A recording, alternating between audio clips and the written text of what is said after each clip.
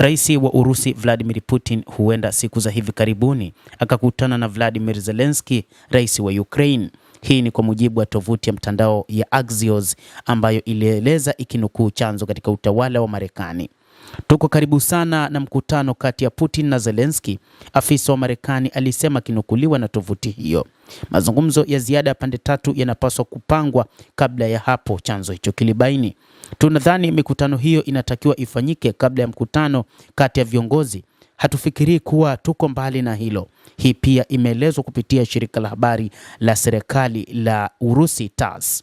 Tukiendelea na njia ya sasa tutafika mahali hapo, taarifa hiyo ilisisitiza. Washington inaamini kwamba mazungumzo ya pande tatu ya wawakilishi wa Russia, Marekani na Ukraine huko Abu Dhabi yalikwenda vile yalivyotarajiwa.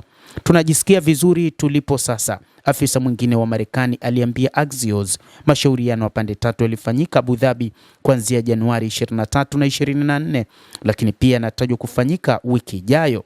Hata hivyo, inatajwa kwamba mpango wa Marekani ni kumaliza vita huko nchini Ukraine, lakini moja kati ya mambo muhimu ni kuwakutanisha viongozi wakuu wa nchi, kwa maana rais wa Urusi Vladimir Putin na mwenzake wa Ukraine Volodymyr Zelensky.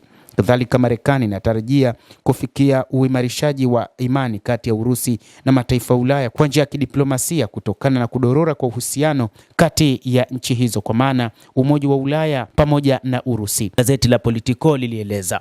Hata hivyo, limemnukuu mwakilishi wa utawala wa rais wa Marekani ambaye ameeleza akisema kwamba ni wazi hakuna uaminifu sasa kati ya Uropa na Urusi, lakini tunataka kuunda mfumo ambapo hiyo inaweza kuanza kuwa dhana mpya ambayo inaweza kujenga uaminifu kwa kuonyesha kushuka kwa ukweli, chanzo kilieleza. Kipaumbele kikubwa kililipwa kwa masuala ya kiuchumi na udhibiti wa kinu cha nyuklia cha Zaporizhzhia katika mkutano wa wawakilishi wa Urusi, Marekani na Ukraine uliofanyika Abu Dhabi.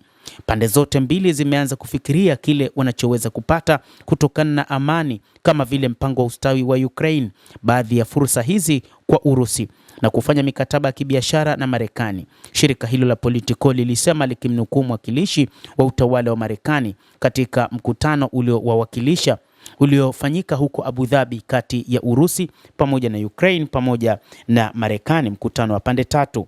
Hata hivyo, moja kati ya mambo ambayo yanaonekana wakati huu ni mipango ya watu wa Magharibi kutaka kuingilia kati kijeshi huko nchini Ukraine, wakiamini kwamba wana uwezo wa kupambana dhidi ya Urusi. Hata hivyo, kwa muda wa miaka mitatu hayakuweza kumaliza vita hivyo, lakini yamepambana kuisaidia Ukraine katika upande wa fedha pamoja na silaha, na sasa Marekani inaona njia pekee ya kuweza kumaliza mzozo ni kutengeneza uhusiano mzuri kati ya mataifa ya Magharibi pamoja na Urusi.